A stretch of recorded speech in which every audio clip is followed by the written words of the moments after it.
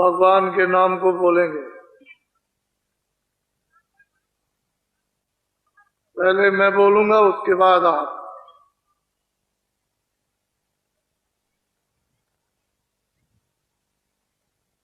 जय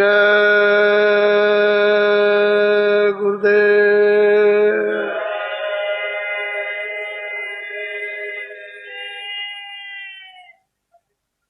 जय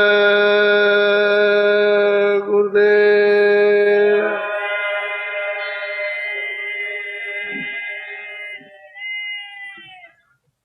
जय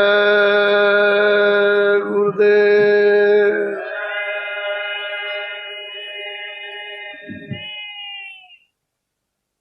जय गुरुदेव। नाम किसका?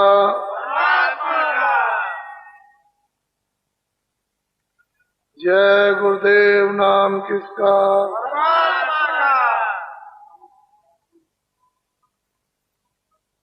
जय गुरुदेव। नाम किसका?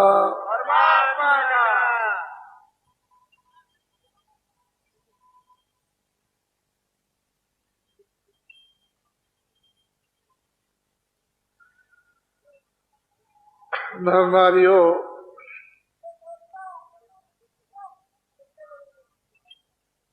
बच्चे और बच्चियों, आज का दिन, आज का समय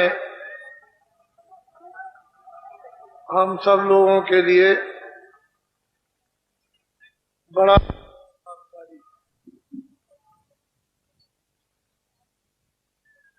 हम सब लोगों के लिए ये खुशकिस्मत ये दिन है। परमपिता परमात्मा ने आपको एक महान निधि दे दी और उन्होंने आप पर सबसे महान कृपा कर दी। इससे बड़ी कृपा और कोई भी नहीं होगी। परमपिता परमात्मा ने ये अनमोल आपको ये मनुष्य, ये शरीर, बेशकीमती ये जिस्म थोड़े दिन के लिए आपको दिया। वस्तु धन दौलत से बनाई नहीं जा सकती। जब इतनी बड़ी चीज आपको दे दी और उसमें आपको दो अधिकार पूरे पूरे दे दिए, एक अच्छे काम करने के, एक बुरे काम करने। बुरा से बुरा करो और अच्छा से अच्छा करो, उसकी तरफ से कोई भी बंधन नहीं, कोई रोक टोक नहीं, न हिंदुओं के लिए, न मुसलमानों के लिए, न सिखों के लिए, न ईसाई के लिए, किसी जनमानुष इंसान के लिए कोई भी ममानियत और रोक टोक नहीं। आंखों से अच्छा देखो या बुरा, कान से अच्छा सुनो या बुरा, वाणी से अच्छा बोलो या बुरा, मन से अच्छा संकल्प करो या बुरा, बुद्धि से अच्छा विचार करो या बुरा, हाथ और पैरों से अच्छा काम करो या बुरा, आपको पूरा पूरा अधिकार उसने दे दिया। ये अच्छा और ये बुरा। और जो कुछ भी आप सुबह से शाम और शाम से सुबह 40 बरस हो गए हो, 60 बरस हो गए हो, 80 बरस हो गए हो, जो कुछ भी आपने अच्छे और बुरे काम किए वो सब उसके यहाँ लिखे जाए, लिखे गए। ना एक अच्छा छूटेगा, ना एक बुरा छूटेगा। जब उसने अनमोल ये मनुष्य शरीर आपको थोड़े दिन के लिए दे दिया, तो हिंदू, मुसलमान और सिखों और ईसाइयों ने कभी अपनी अकल और बुद्धि से ये कभी सोचा है कि ये क्या है? पंचभौतिक शरीर, 5 तत्वों का जल, पृथ्वी, अग्नि, वायु, आकाश, और इसमें किसको बैठाया? जीवात्मा को। जिसको मुसलमान कहते हैं रूह, हिंदू कहते हैं जीवात्मा, अंग्रेजी शब्दों में उसको सोल कहते हैं। वो किसका अंश है, किसका जर्रा है, किसका कण है? उस परम पिता परमात्मा। तो आपको उसने बुद्धि भूत भविष्य वर्तमान के लिए कि पहले क्या था, अब क्या और आगे क्या होगा, उसको सोचने के लिए बुद्धि दे दी। तो आपने अपनी बुद्धि से कुछ सोचा कि पीछे क्या था, अब क्या और आगे क्या होगा? कुछ नहीं। ना पीछे का सोचा, ना आपका सोच रहे और ना आगे का।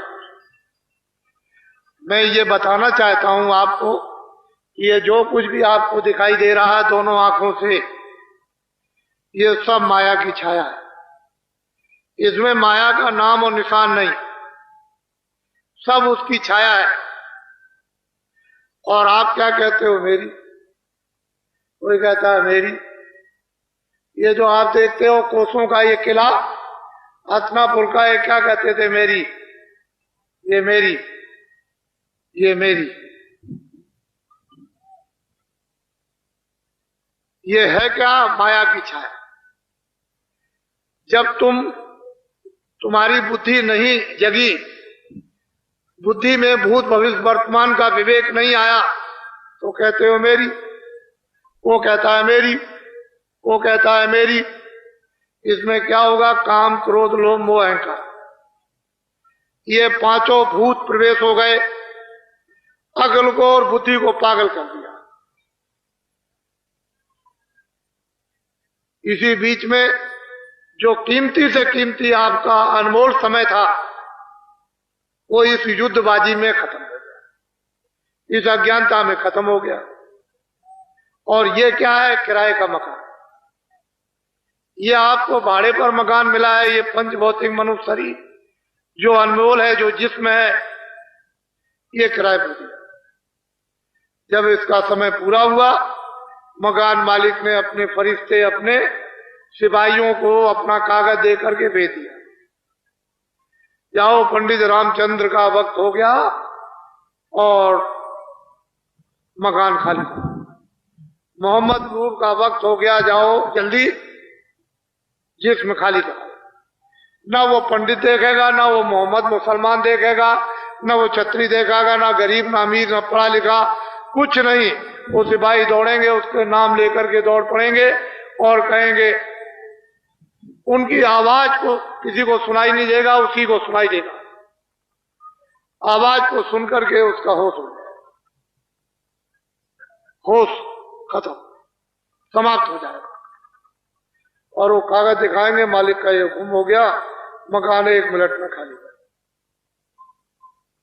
आप क्या करोगे? और वो सिपाही कुछ नहीं कर सकते हैं, वो तो फरिश्ते हैं। मन को, बुद्धि को, चित्त को, प्राणों को, जीवात्मा को, रूह को 1 मिनट भी नहीं लगेगा इस जिस्म से, इस मकान से घसीट कर बाहर। ये जिस्म मकान जमीन पर जोर से गिर जाएगा। इसको गिरते ही मोहल्ले में, गांव में शोर मच जाएगा और लोग दौड़ पड़ेंगे, क्या हो गया? वो तो चला। नफरत हो जाएगी, घृणा हो जाएगी। हिंदू कपड़े डालेंगे, मुसलमान भी कपड़े डालेंगे और जल्दी जल्दी जल्दी करो, देर मत करो, और ले चलेंगे। हिंदू तो ले जाएंगे बाहर, लकड़ियों पर रख करके उसको जला के सुहा कर देंगे। मुसलमान ले जाएंगे, गड्ढा खोद के दफना देंगे। ये माया की छाया, बाग बगीचे, मकान, दोस्त मित्र, अंग्रेजी, हिंदी, उर्दू, सोना चांदी, ये बाल और बच्चे और स्त्री और पुरुष, ये सब अंग्रेजी और सब आपकी। इनमें से कोई भी ना आपकी मदद करेगा, न इनमें से कोई चीज सुई की नोक आपके साथ। अब ये बताओ कि किराए का मकान अगर आज रात को खाली करा दिया जाए तो आप कुछ ले जाओगे? बोलो, नहीं ले जाओगे। तो ये बाजार में जो खरीद कर, अपराध खरीद कर, गुनाह खरीद कर, पाप खरीद कर, झूठ खरीद करके, धोखा खरीद कर, बेईमानी खरीद कर, कत्लेआम खरीद करके, डकैती खरीद कर जो ये सिर पर लाद रहे हो, आखिर ये कौन है? अरे भाई, ये कौन मुजरा करेगा? इसको अदा कौन करेगा? वो सिपाही निकालेंगे और वहां खड़ा 40 बरस, 50 बरस, 60 बरस की फाइल, रजिस्टर तुम्हारा खुल जाएगा और तुमने क्या किसके साथ रात को सुबह शाम जबान से, हाथ से, पैर से, मन से, दिल से, दिमाग से तुमने क्या किया, किसों को मारा, काटा, धोखा दिया, वादा खिलाफी, चोरी की, बेईमानी की, वहां सब वो कहेगा ये देखो तुमने 50 साल में ये किया।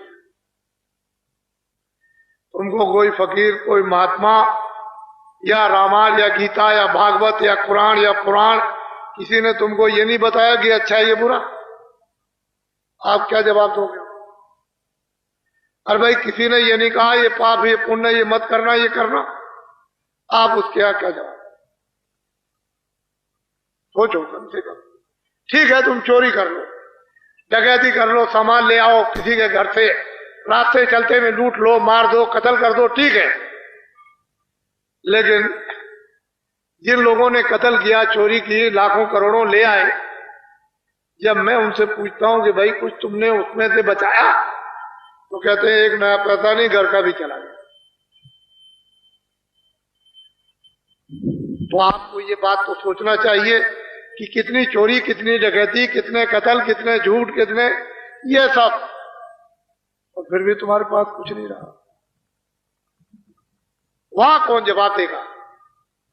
फिर वो सिपाही और खड़े रहेंगे जब फैसला मजिस्ट्रेट करेगा कि जाओ उस नाम वाले नरक में इसको 1 करोड़ बरस के लिए इसको जलाओ, फिर इसके बाद 1 करोड़ बरस के बाद उस नाम वाले नरक में इसको दोजख में ले जाओ, इसको काटना, उस नाम वाले नरक में इसको ले जाओ, इसको सड़ाना, तो 3-3 करोड़ बरस हो जाएंगे। लाखों लाखों मील तक आवाज आ रही है और आएगी। कोई वहां बाल बच्चा, दोस्त मित्र, नौकर चाकर, धन और दौलत, ये कोई नहीं। अरे थोड़े दिन के लिए मानो अनमोल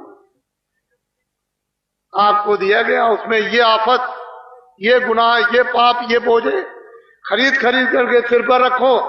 अब बाबा जी की बात को बड़े ध्यान से सुनो। बाबा जी आपको साधु बनाने नहीं आए, ना आपका घर बार छुड़ाएंगे, ना साधु बनाएंगे, ना बच्चों से अलग करेंगे, ना नौकरी छुड़ाएंगे, ना खेती छुड़ाएंगे, ना दुकान छुड़ाएंगे, ना हिंदू बनाएंगे, ना मुसलमान बनाएंगे, ना सिख बनाएंगे। तुम जहां जो हो वैसे ही रहो, मतलब की बात उसको समझ, जो तुम भूल गए हो। खेती वाले खेती का काम, खेती करें, दुकान वाले दुकान करें, दफ्तर वाले दफ्तर का काम कैसे करें? ईमानदारी, मेहनत के साथ। शाम को आओ अपने अपने बच्चों की खिदमत और सेवा। ये जो 2 आपको काम दिए गए आपके गृहस्थ आश्रम में, ये खेती, दुकान, दफ्तर का काम करना, शाम को बच्चों की सेवा, और आए गए किसी अतिथि की भी मेहमानदारी और सेवा कर देना, सत्कार, ये 2 ड्यूटी आप पूरी अपनी निभा दो, पूरी कर दो। जब आपके पास कोई भी काम का समय ना हो, चारपाई पर सोने के लिए जब जाओ, तो हिंदू 15 मिनट मनुष्य मंदिर में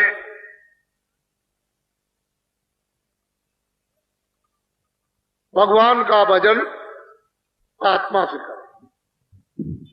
मनुष्य रूपी मंदिर में हिंदू 15 मिनट भगवान का सच्चा भजन, मुसलमान जिस्मानी मस्जिद में 15 मिनट सच्चे खुदा की इबादत,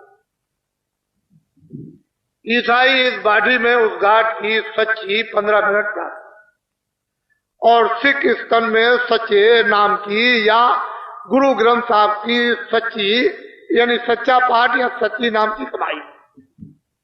चारों वर्गों के, चारों धर्मों के, चारों जातियों के लोग अपने अपने फकीरों, महात्माओं, उस्तादों और आचार्यों के मुताबिक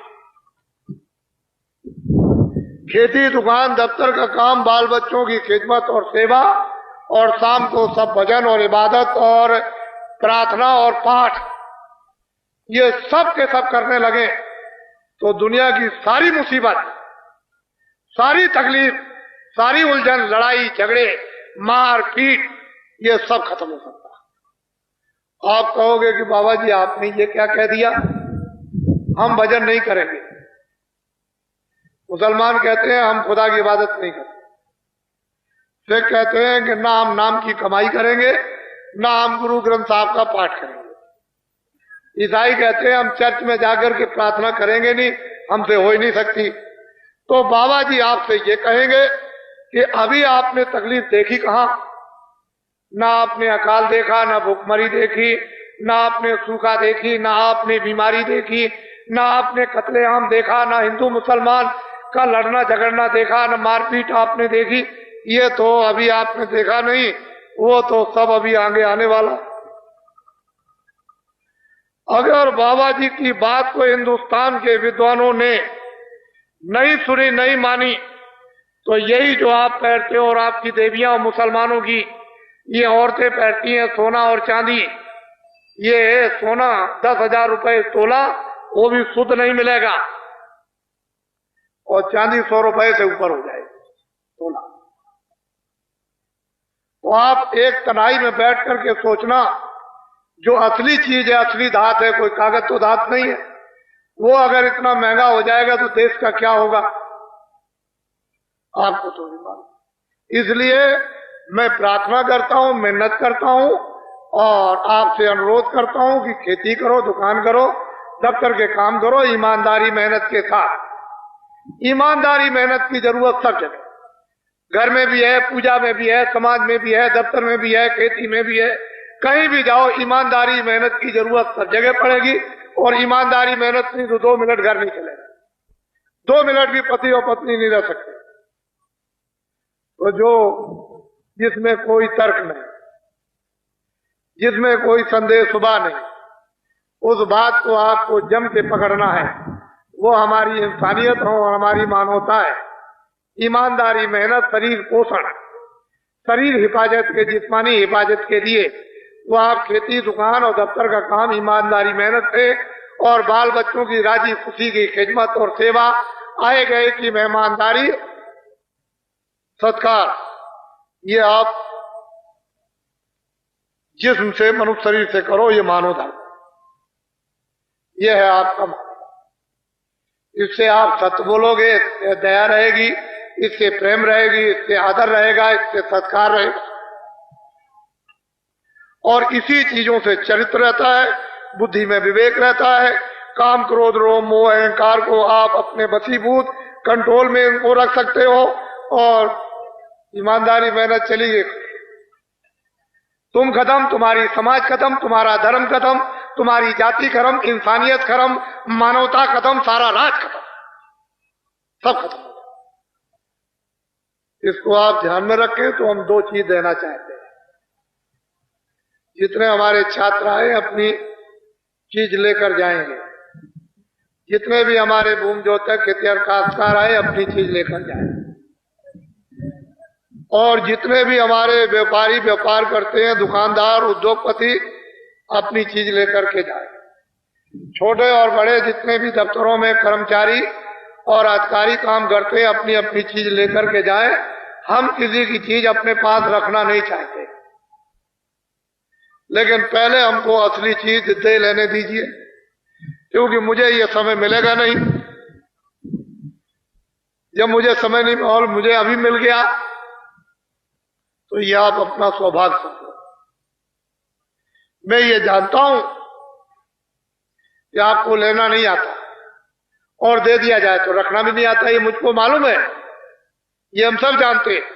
लेकिन मेरे पास समय नहीं है और उसकी मेहरबानी, उसकी कृपा, उसका आदेश, उसका हुक्म हो रहा है कि तुम हीरा बांट दो, अनमोल संपत्ति बांट दो, आत्माओं का धन, रूहों का खजाना बांट दो। तो मैं उसके हुक्म की मुझे तो तामील करनी है, अधूरी तो करनी, आदेश का पालन कर। मेरे पास समय नहीं है, देश इतना बड़ा है, गांव इतने हैं, पूरब पश्चिम है, इसलिए मुझे पहले अनमोल वस्तु दे लेने दीजिए, क्योंकि ये अवसर कभी मिलेगा नहीं। आधी घड़ी, एक घड़ी, आधी घड़ी, आधी में पुनः जरा सा भी अरे बूंद बूंद भर के तुम एक एक पैसा जोड़ते हो, लखपति और करोड़पति हो जाते हो। ये तो तुम्हारी आत्माओं का बिखरा हुआ धन, अगर कहीं उसको कण कण अगर जोड़ के जमा कर लो तो बूंद बूंद लोटा भर जाएगा, गड़ा भर जाएगा, तालाब भर जाएगा, समुद्र भर जाएगा। अरे मानव शरीर तो इसीलिए मिला था कि अब की बार अनंतों जन्मों के बाद कितने सतयुग, कितने त्रेता, कितने द्वापर, कितने कलयुग बीत गए, ये मनुष्य शरीर से हाथ धो बैठे। अब की उसकी कृपा और मेहरबानी हो गई तो इस जीवात्मा को जहां से आई वहां पहुंचा दिया जाए। तो आपने तो इसके लिए कुछ सोचा नहीं और इसमें लगे पड़े हो जो तुम्हारी नहीं है। ये भी तुम्हारा नहीं और ये भी तुम्हारी नहीं, लेकिन इसके लिए कहा कि इसकी हिफाजत करना, इसकी मलहम पट्टी करना, देख रेख करना, इसमें जो जीवात्मा बैठी है इसकी रक्षा करके उसको जगा लेना और जहां से आई पहुंचा देना। तो अब वो भी काम नहीं किया और इसका भी, इसको भी तोड़ फोड़ दिया। जब उसने इसको दिया था तो शुद्ध, साफ, पाक, निर्मल, न मन गंदा, न बुद्धि गंदी, न चित्त गंदा, न इंद्रियां गंदी, न दिल न गंदा, न दिमाग गंदा, न आत्मा गंदी, न रूह गंदी, पाक साफ। जब वो आप अधिकार दे दिया तो आपने गंदा कर दिया। अब जब मांगेगा तो पूछेगा हमने तो तुमको साफ दिया था, तो ये गंदा क्यों तुमने किया? यही तो तुम्हारे ऊपर जिम्मेदारी, क्योंकि उसने अपने हाथ में कुछ नहीं रखा। वो अमोलक वस्तु, आपके पास समय कहां, आप सुबह से शाम तक, ये बेचारे जो आए हुए हैं भूम जो तक, अपने अपने दर्द को, अपने अपने कैंसर को, अपनी अपनी बीमारी को, अपनी अपनी तपेदिक को इस तख्त पर पटको, ताकि हम ये समझ जाएं कि तुमको ये तपेदिक हो गई, तुमको ये कैंसर हो गया, तुमको ये फोड़ा हो गया, तुम में इतना मवाद है। इसको जब पटकोगे इस मंच के ऊपर में तो हमने दवा बना ली, फट दवा निकालेंगे और तुमको दे देंगे, लो ये खा।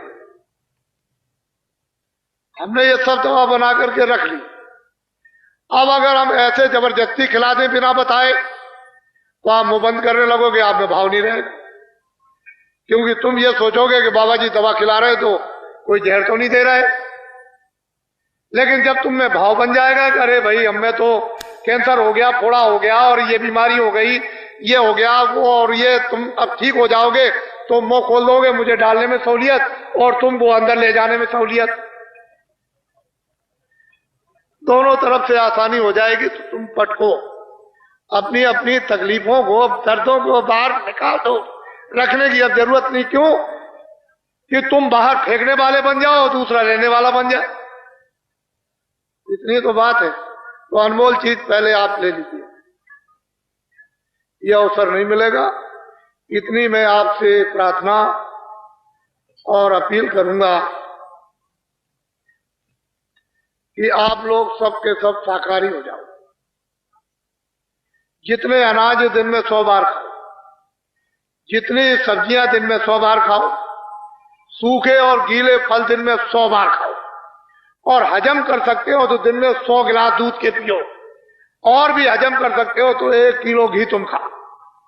तुमको अगर मना करे तब तुम कहो कि बाबा जी ये आपने क्या किया, ये क्यों मना कर दिया, लेकिन शाकाहारी जीवन बना। और एक प्रार्थना और मिन्नत यह है, इसको अपील समझो, प्रार्थना समझो, मिन्नत समझो, आरजू समझो। एक हमारी आपसे ये प्रार्थना है कि आप लोग शराब पीना छोड़ दो। जो कोई भी शराब पिएगा, हिंदू हो, मुसलमान हो, सिख हो, ईसाई हो, छोटा हो, बड़ा हो, अमीर हो, गरीब हो, कोई हो, जो कोई भी शराब पिएगा उसके घर बच्चे बर्बाद, उसका घर बर्बाद, उसकी स्त्री बर्बाद, उसका धन बर्बाद।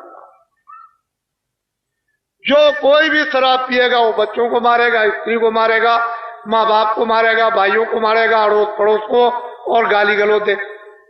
जो कोई भी शराब पिएगा झूठ बोलेगा, धोखा देगा, बेईमानी करेगा और वादा खिलाफी करेगा। जो कोई भी शराब पिएगा वो चोरी करेगा और डकैती करेगा और कत्ल करेगा और कत्ल करेगा। आपके पड़ोस में कोई भी शराब पीता हो तो देखिए, अगर उसके बच्चे और स्त्री दुखी ना होते हो तो मुझे सुख में रहते हो तो मुझे बता दीजिए आप। आपसे मेरी प्रार्थना है, इसको छोड़ दो। ये आपके न हित में है, न शरीर के हित में, न परिवार के हित में, न बच्चों के हित में है, न आत्मा के हित में, न लोक के हित में, न आपकी कीर्ति के हित में, न परलोक के हित में, कुछ किसी तरह का आपके हित में है ही नहीं। इसको आप छोड़ दो। ये मेरी अपील है। मैं कोई जो जुल्म जोड़ तो कर नहीं सकता, क्योंकि मुझे भी कहने का अधिकार है, ये बुरा ये अच्छा। आपको अधिकार है उसको मानना न मानना। तो मैं इतनी अपील तो कर ही सकता हूं, प्रार्थना तो कर ही सकता हूं। इसको आप छोड़।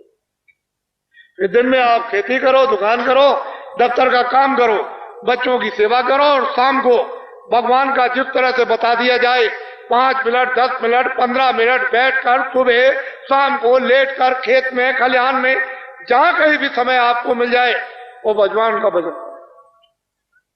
अगर तकलीफ न चली जाए तो मुझसे कहना। लेकिन कहोगे कि मैं ये काम नहीं करूंगा, तो शास्त्रों का निचोड़, धर्म पुस्तकों का निचोड़, मजहब किताबों का निचोड़, कि जीवन के कष्ट, कलेश, दुख, शोक, संताप, लड़ाई झगड़ा बिना हरिभजन के नहीं जाती, वो जा ही नहीं सकती। और ये कहो कि खाली पेट भरने के लिए चिल्ला रहे हो, तो तुमसे अच्छे जानवर हैं, तुमसे अच्छे पंछी हैं। उनकी किस्मत में, उनकी प्रारब्ध में वो भोजन रखा हुआ है जो उड़ कर जाते हैं और पेड़ों पर बैठकर, मैदान में बैठ करके चर लेते हैं और पेट भर लेते हैं। और तुमको ये पंच भौतिक मनुष्य शरीर दिया और बुद्धि दी है, और तुमने अपनी प्रारब्ध को ठोकर मार दी, किस्मत को खो दिया। तुमने भगवान पर, खुदा पर यकीन, विश्वास किया ही नहीं कि मेरी प्रारब्ध में सब कुछ रखा है, मेरी श्वास पर मुझको मिलेगा इस शरीर की रक्षा के लिए। तो उसको तो आपने प्रारब्ध को गड्ढे में डाल दिया। नया काम कोई करते नहीं हो, प्रारब्ध तो ठोकर लगा रहे हो, गड्ढे में डाल दिया। अब रोते हो और चिल्लाते हो। तो तुम ये समझो कि भगवान ने हमको जो प्रारब्ध दी है वो देगा, शरीर की रक्षा के लिए खाना भी देगा, पानी भी देगा, कपड़े भी देगा, सब कुछ देगा। अब आप कोई नया काम अच्छा करो, जो किया है तुमने बुरा उसको अच्छा। थोड़ा समय बचा है, ये भी हाथ से जाने वाला, और ये लौट के फिर आपको मिलेगा नहीं। मनुष्य शरीर मिलेंगे जो इस गांव से चले गए, वो कभी भी इस गांव में आए नहीं कि मैं आ गया। तुम रोज देखते हो कि बच्चा जब घर में पैदा होता है तो आज तक राजा के यहाँ, धनी मानी के यहाँ और किसी भी काश्तकार के यहाँ बच्चा हंसता हुआ तो कभी पैदा हुआ नहीं। जितने भी बच्चे पैदा होते हैं सब रोते हैं। क्या तुमने अपनी बुद्धि से सोचा है कुछ लेके आया?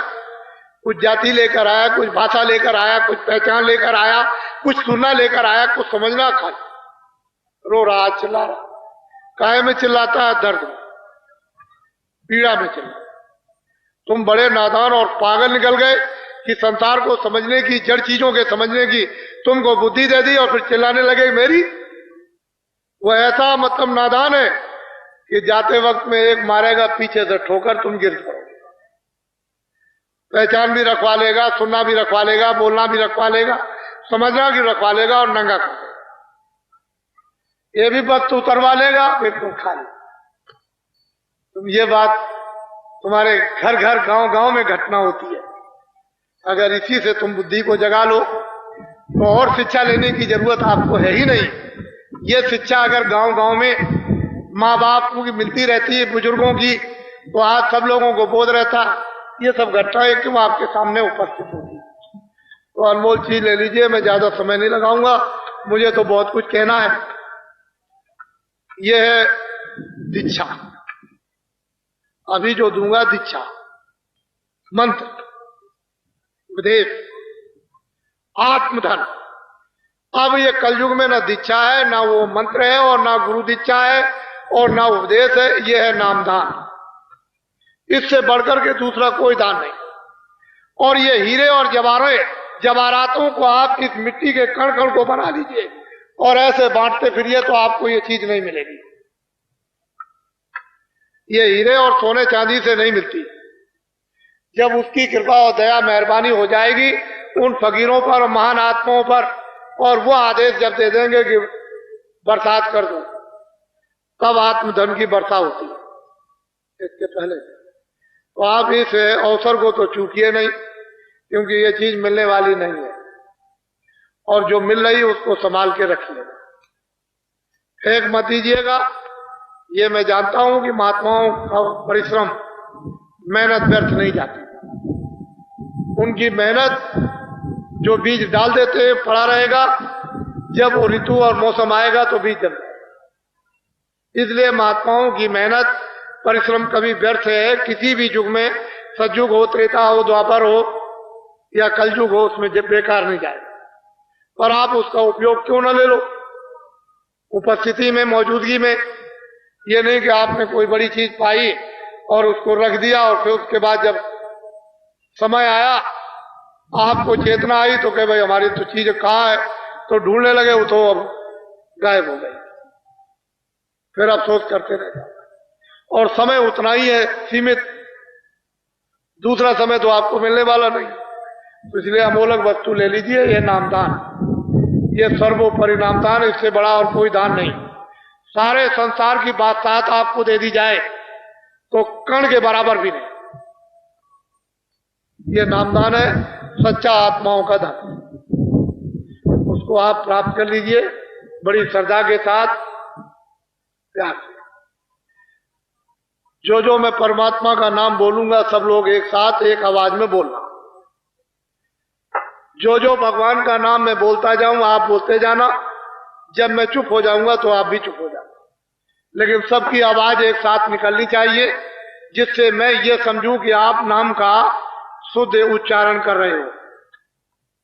इसमें हिंदू हो, मुसलमान हो, सिख हो, ईसाई हो, कोई भी हो, किसी को परहेज करने की जरूरत नहीं है, घृणा करने की कोई जरूरत नहीं। सबके लिए सब चीजें आ जाएंगी, लेकिन पहले जो बोले उसको सब लोग एक साथ बोलना, आगे पीछे, क्योंकि आप दूर दूर से चल करके आए हो। अब आप इन बातों को ध्यान से नोट करो। मेरे पास में कोई जाति, इस किराए के मकान का नाम तुलसीदास, आश्रम मथुरा में है। मैं अपना परिचय दे रहा हूं और यहीं से आपको एक दूसरा खंड प्रारंभ करने जा रहा हूं। इस किराए के मकान का नाम तुलसीदास, आश्रम मथुरा में है। सारे हिंदुस्तान में जय गुरुदेव नाम का प्रचार करता हूं। ना मेरा नाम ना आपका नाम, उस परमपिता परमात्मा का, उस ब्रह्म का, उस सर्वशक्तिमान, उस खुदा, उस गाठ का। मैंने अपना पूरा परिचय आपको दे दिया। मेरे पास जाति कोई बच्चा नहीं। मुझे न राष्ट्रपति की ख्वाहिश, न प्रधानमंत्री की ख्वाहिश, न मुझको राष्ट्रपति बनना, न मुझको प्रधानमंत्री बनना। ये सब चीजें लिखने की हैं। मेरे पास कोई बच्चा नहीं है कि मैं झूठ बोलूंगा, धोखा दूंगा, बेईमानी करूंगा, चोरी करूंगा, वादा खिलाफी करूंगा, आपको ठगूंगा, आपको धोखा दूंगा, आप पर डकैती डालूंगा। मेरे पास कोई बच्चा नहीं। मैं फकत बैठा हुआ हूं। मैं तो ये समझता हूं कि ये जितने भी खड़े और बैठे हैं सब मेरे बच्चे हैं। आत्मदृष्टि से, ज्ञान दृष्टि से तो आप मेरे सब बच्चे हैं। व्यवहारिक दृष्टि से आप अपने माँ बाप के बच्चे हैं। व्यवहारिक दृष्टि से तो मुझे आप अपना दोस्त बना लो, तुम मेरे दोस्त बन जाओ, लेकिन ज्ञान दृष्टि से तो तुम बच्चे हो। मैं आपको अपना बच्चा समझता हूं। अब यहां से मैं शुरुआत करता हूं। मैं उस जमाने का आदमी हूं जब अंग्रेजों का राज। मैंने अंग्रेजों के राज को, उनके अधिकारियों को, कर्मचारियों को, उनकी व्यवस्थाओं को, उनके न्यायालयों को होश में देखा, बेहोशी में नहीं। उनके राज में 1 रुपए चांदी का 60 किलो गुड़, 60 किलो चना, 60 किलो चावल बाजार में बिकता था। मेरे पूरे होश में 6 पैसा तोला चांदी बिकती थी। मेरे पूरे होश में अच्छी तरह से 12 रुपए प्योर शुद्ध सोना 1 तोला मिलता था। क्षमा कीजिएगा, ना मैंने इतने कत्ल देखे, ना इतनी डकैतियां देखी, ना इतनी चोरियां देखी, ना इस तरह के न्यायालय देखे, ना इस तरह के अस्पताल, ना ऐसी दवाओं की फैक्ट्रियां देखी, ना ऐसे डॉक्टर, ना झूठे मुकदमे और ना झूठी गवाहियां। बड़े सीधे साधे सच्चे लोग गांव में रहते थे। और कोई घटना अकस्मात गांव में हो गई किसी से, चाहे ब्राह्मण हो, चाहे क्षत्रिय हो, चाहे छोटा हो, कोई किसी तरह का हो, फौरन शाम को पंचायत बैठ गई बुजुर्गों की, और तुरंत बिना कचहरी, बिना न्यायालय के, बिना पैसे और बिना स्टाम्प के फौरन बैठ करके और बात फौरन पता चल गई कि किसका इसमें कसूर है, किसका नहीं। मालूम हो गया बेटा तुमने ये बुरा काम किया, ये लो 5 रुपए, अगर ज्यादा कोई जुल्म हुआ तो 5 रुपए प्रसाद जाओ, कन्याओं को खिलाओ, नहीं 8 आने का। ज्यादा कसूर हुआ तो 1 महीने का हुक्का बंद, और ज्यादा अगर गलती हो गई तो साल भर का हुक्का बंद। फौरन कहा कि मैं पैर छूता हूं, इन सब के पैर छुओ और माफी मांगो। माफी मांगी, पैर छुए, आइंदा नहीं। फैसला हो, सब में मोहब्बत, सब में प्यार, मिलजुल करके रहते थे। चाहे कोई भी गांव की घटना हो, ब्याह की हो, शादी की हो, मरी की हो, सब लोग उसके दरवाजे पर। 30 त्योहार में सब मैंने जमाना होश में देखा, और 30 साल सत्याग्रह देखा। 30 साल पूरा सत्याग्रह देखा, स्पीचें सुनी, व्याख्यान सुने, लेक्चर सुने। ये बताया गया कि अंग्रेज हैं, ये जमींदार हैं, ये राजे हैं, ये बड़े दुराचारी हैं, बड़े अत्याचारी हैं, और बड़े ये हैं, और इस तरह से ये सब हमने सुना। 30 साल सत्याग्रह, और उसके बाद 48 में आजादी भारत को मिल गई। तो उस आजादी में न रेडियो का योगदान, न अखबारों का। ये जो भूमद्योतक बैठे हुए सब योगदान इन्हीं का। हमने पूरा जमाना देखा, और ये योगदान न अखबार न रेडियो, ये भूमद्योतक।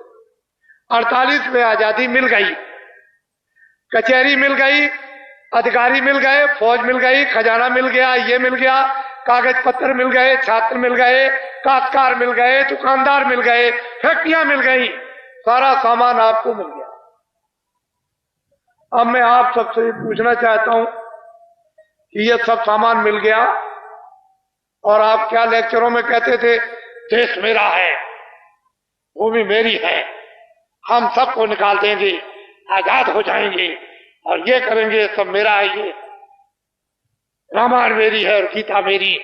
ये सब बड़े बड़े लंबे चौड़े भाषण सुने, हम भी देखते सुनते रहे। ये सब 48 में आजादी मिल गई। तो मैं आपसे ये पूछना चाहता हूं कि अब आप ये काम क्यों करते हैं? बच्चों को मारना, छात्रों को मारना, स्कूल जला देना, कारखाने जला देना, दुकानदारों को मार डालना, दफ्तर जला देना, कर्मचारी अधिकारी मारना, इनको मारना, काश्तकारों को मारना, मजदूरों को मारना, रेल को जला देना, बसों को जला देना, इनको जला देना, उनको जला देना, और खुर्दानाज को जला देना। अब आप ये काम क्यों करते? मैं आपसे पूछता, इससे ये पता चलता है कि आपका देश में आपके कारखाने नहीं है, आपके दफ्तर नहीं है, आपके छात्र नहीं है, आपके स्कूल नहीं है, आप मतलब ये रामायण नहीं, न गीता नहीं है, आपके ये काश्तकार नहीं है। इससे तो ये मालूम होता है कि आपके कुछ है ही नहीं। अब आपने ये काम क्यों किया? मुझे ये बताइए। 40 सालों को मुझे देखते देखते हो गए। ये सारा बोझा आंदोलन का, हड़ताल का, तोड़ का, फोड़ का, राजनी का, मार का, पीट का, कत्लेआम का, मैंने इन सब का आंकड़ा निकाल रखा है कि 40 सालों के अंदर इस प्रजातंत्र में इतना आदमी, इतना छात्र, इतने कर्मचारी अधिकारी, इतने काश्तकार, इतने बच्चे, इतने मजदूर मारे गए कि अंग्रेजों के पौने 200 साल में नहीं मारे गए। ये आपने काम क्यों किया?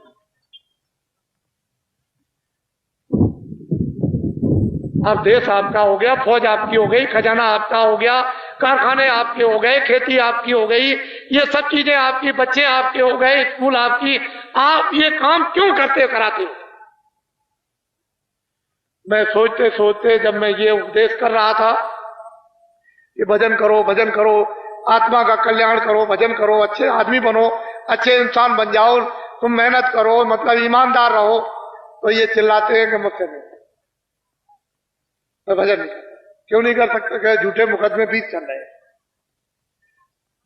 हमारा घर लूट गया, हमारी खेती चली गई, हमारे बच्चे मार दिए गए, हमारा कारखाना जला दिया, हमारे दफ्तर को तोड़ दिया, हमारी स्त्री मारी गई, बच्चा मारा गया, हमारा पति मार दिया गया, हमसे भजन नहीं होगा।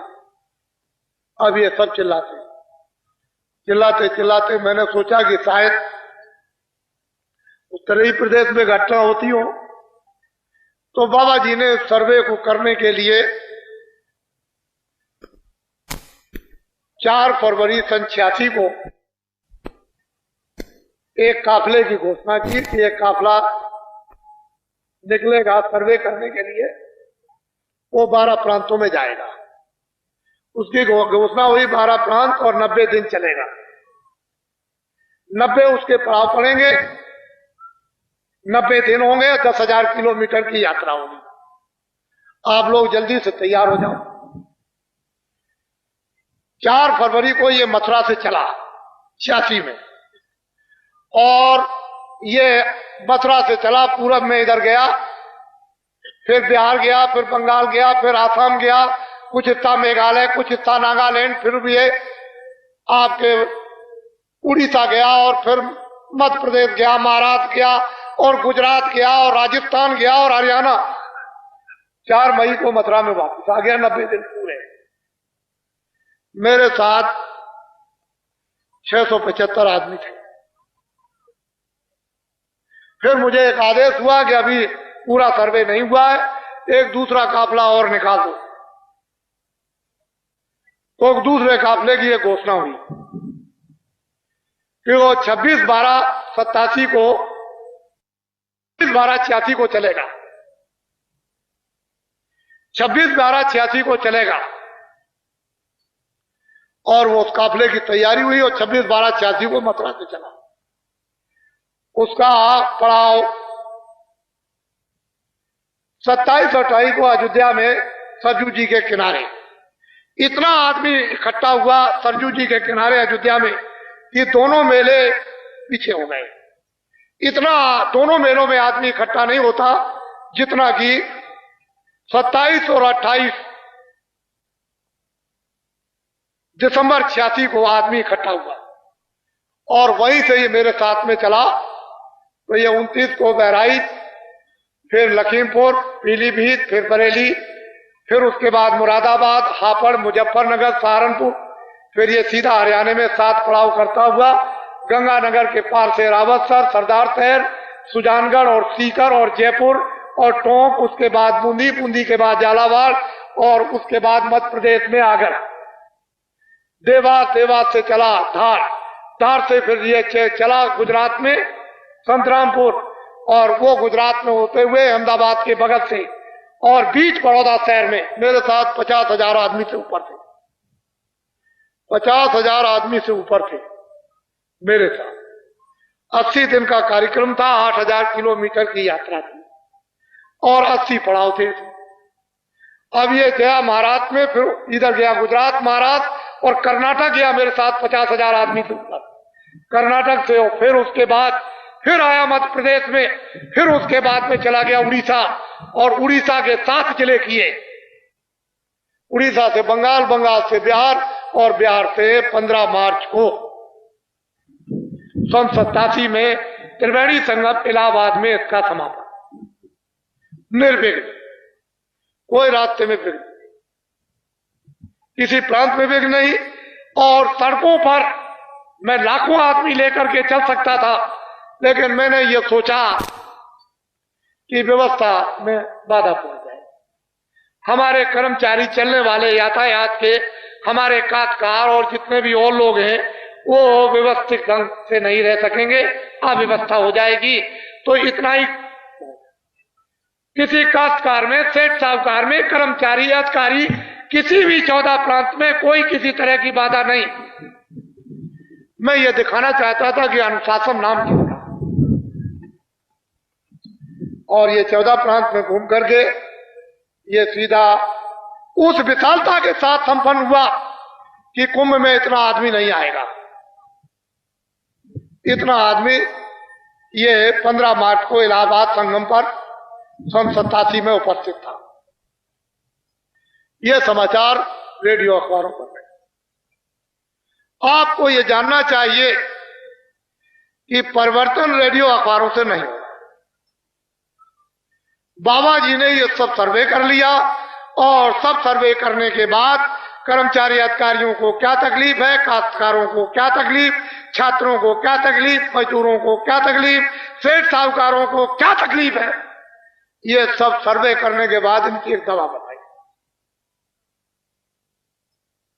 दवा तैयार की गई और फिर उसके दरबार में दवा तैयार कर ली, उपस्थित कर दी गई कि जो आपने आदेश जितना दिया था उसकी पाबंदी की गई, पालन किया गया। अब जो आगे आदेश है तो मैंने इनको किसी को नहीं बताया। एक घोषणा हो गई कि बहराइच जिले में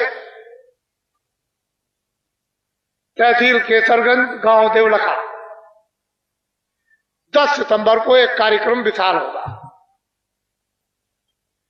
किसी को बताया कुछ नहीं, इन सब लोगों को अंधेरे में रखा।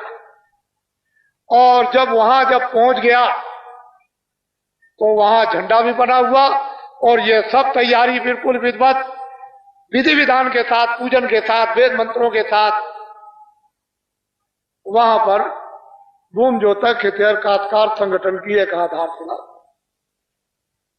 बहुत विशाल जनसमूह के साथ ये प्रचार हिंदू मुसलमानों में कराया गया कि कोई हिंदू आ जाएगा, कोई मुसलमान तो कत्लेआम हो जाएगा, इसलिए बाबा जी के पास कोई मत पहुंचना। 1-2 दिन तक तो मुसलमान, उनकी औरतें एक दिन डरी, लेकिन कुछ आई, मुसलमान बहुत आए। दूसरे दिन तो उनका सारा बहर दूर हो गया। और मैं आपको क्या बताऊं कि दाढ़ी रखने वाले मुसलमान बड़े बड़े पंखे लेकर और हिंदुओं को इस तरह से पंखा हाँक रहे, हवा कर रहे, उस महफिल में हवा कर रहे। भूम ज्योतक हितैषी काश्तकार संगठन की आधारशिला रख दी गई और उस आधारशिला के बाद जो भूम ज्योतक हितैषी काश्तकार संगठन का जो काम जो चालू हुआ है वो 5 और 6 यानी 7 नवंबर को इसी 87 में चालू हो गया। और इतने बड़े जन समुदाय के साथ में यह कार्यक्रम उस मैदान में हुआ जो शायद कोई आदमी सोच भी नहीं सकता। लोगों ने ट्रेनें रोकना बंद कर दिया कि अगर ट्रेन रोक देंगे यहां पर बालामऊ में तो आदमी इधर से पैसेंजर से या ऊपर जाएगा, तो ट्रेन जो शाहजहांपुर से सीधी लखनऊ खड़ी की और लखनऊ की खड़ी चली हुई शाहजहांपुर खड़ी की, वहां ट्रेनें ही खड़ी नहीं की। लोगों ने सोचा कि भीड़ ना हो, तुम ट्रेन बंद कर दो, बस बंद कर दो, लेकिन जिसका निशाना लग गया है वो वहां पर निश्चित पहुंचेगा, वो रुकने वाला नहीं है कोई, उसको कुछ करो। ये भूम ज्योतक हितैषी काश्तकार संगठन, मैं इनके बारे में 2 वर्षों से चिल्ला रहा था कि मैंने इनकी बीमारी को पकड़ लिया, इनके दर्द को समझ लिया है और वो इतना दर्द है कि 2 अरब की आबादी आज भारत की है। इस आबादी में 1 अरब 60 करोड़ तो काश्तकार है। भूम ज्योतक सारा दारो मदार इन्हीं के ऊपर है। चाहे टैक्स बढ़ जाए, चाहे महंगाई हो जाए, चाहे अकाल पड़ जाए, चाहे सूखा पड़ जाए, चाहे ये हो जाए, चाहे वो हो जाए, चाहे वो इनकी संपत्ति को हड़प कर ले, लूट ले, विदेशों में ले जाए, कुछ भी करे, लेकिन सारा का सारा दारो मदार और सारी मेहनत करके देनदार ये भूम ज्योतक हितैषी काश्तकार 1 अरब 60 करोड़ इनको देना है। चाहे जितने आंदोलन करो, चाहे जितनी हड़ताल करो, चाहे जितनी तोड़फोड़ करो, चाहे कारखाने जला दो, चाहे सड़कें तोड़ दो, चाहे पुलों को तोड़ दो, सारा नुकसान इन भूम ज्योतकों को देना पड़ेगा। 1 नया पैसा कोई भी नहीं देगा। जब बाबा जी ने ये सब कुछ जान लिया, सबको समझ लिया, तो अब आप क्यों चिल्ला रहे हो? अभी तो मैंने सिर्फ जरा सा पीछे वाले कपड़े को पकड़ा है, इतने ही में आप घबराने लगे। भूम जोतक खेतिहर काश्तकारों का अभी कपड़ा पकड़ा और जरा सा पीछे से ऐसा झटका लगाया कि जरा मेरी तरफ देखो, तो इतने ही में तुम चिल्लाने लगे। इतने ही में स्वार्थी लोग क्योंकि आवाज आने लगी, इसलिए हमने इस झंडे के नीचे, आपको तो पता नहीं कि क्या होने वाला और क्या होगा। चलो जंगलवासियों, आप हमारी तरफ ध्यान रखें।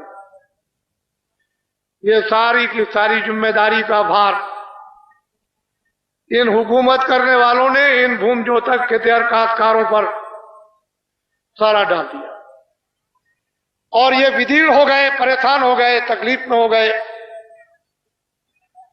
बाबा जी ने इनके लिए दवा तैयार की है। हम दवा बना रहे थे, किसने कुछ दवा बनाई होगी, हसनापुर में कौरवों पांडवों को समझाया होगा, को दवा बनाई होगी। राम ने जब जंगलों की तरफ दक्षिण में गए तो कुछ है बंदरों से कुछ उनको बताया, कुछ समझाया बुझाया होगा।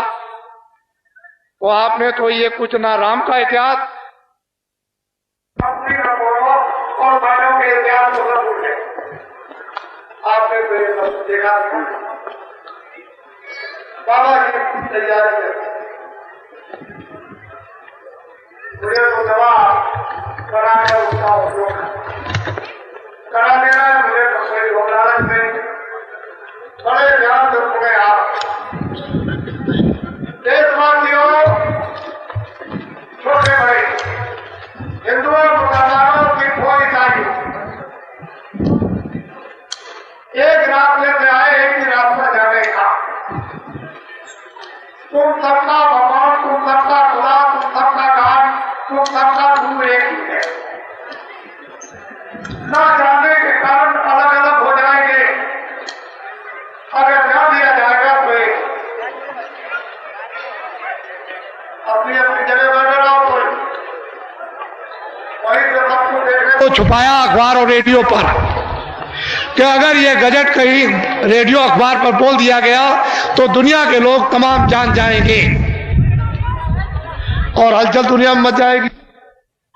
हमने सब सर्वे कर लिया, ये नहीं अब दे सकता, देने योग नहीं। इतने दिया या इतने नहीं लिया, ये छोड़ दीजिए। कितने लाखों आदमियों ने एक नया पैसा कर्जा नहीं लिया, लेकिन लाखों आदमियों के नाम चढ़ा हुआ है।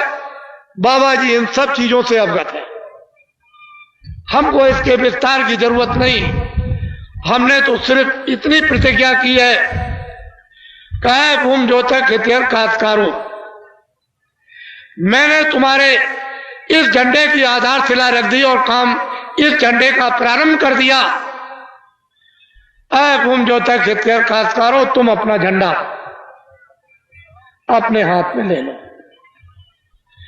सबसे पहले पहला काम भूम जोतक खेतिहर काश्तकारों का क्या है कि अपने झंडे को लेना। इनका देश में कोई भी झंडा अभी तक नहीं। इनके नाम से जितने भी झंडे हैं,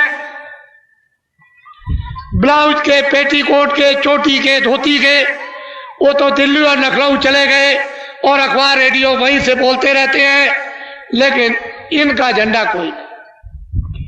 ये झंडों के नीचे मरीज बनकर दवा मांगते रहे। जब दवा नहीं मिली तो उसने कहा इधर आओ। दूसरे झंडे के नीचे चले गए, जिंदाबाद मुर्दाबाद, वहां से भी निकल भगे। तीसरे ने कहा इधर आ जाओ, हम तुम्हारे ये पूरा कर देंगे। वहां जिंदाबाद मुर्दाबाद, वहां भी कुछ पूरा इन विचारों का नहीं। चौथे झंडे के नीचे चले गए, जिंदाबाद मुर्दाबाद ये करते रहे। और 40 वर्षों में मैं ये तमाशा देखता रहा।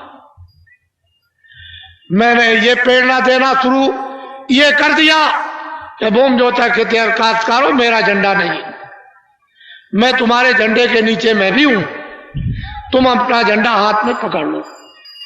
इन भूमज्योतक 1 अरब 60 करोड़ भूमज्योतकों ने यदि अपना झंडा पकड़ लिया और सबके झंडे से ये निकल भगे, तो मैं इनको ये विश्वास दिलाना चाहता हूं और विश्वास दिलाता हूं और इस भूमज्योतक झंडे के नीचे ये प्रतिज्ञा करता हूं कि जितने भी नीले पीले झंडे लोगों के होंगे वो सब के सब ये जब झंडा अपना पकड़ लेंगे तो वो झंडे अपने सब फेंक देंगे और इनके झंडे के नीचे खड़े हो जाएंगे और फिर वो इन झंडों के नीचे मरीज बनकर रोते हुए दवा मांगेंगे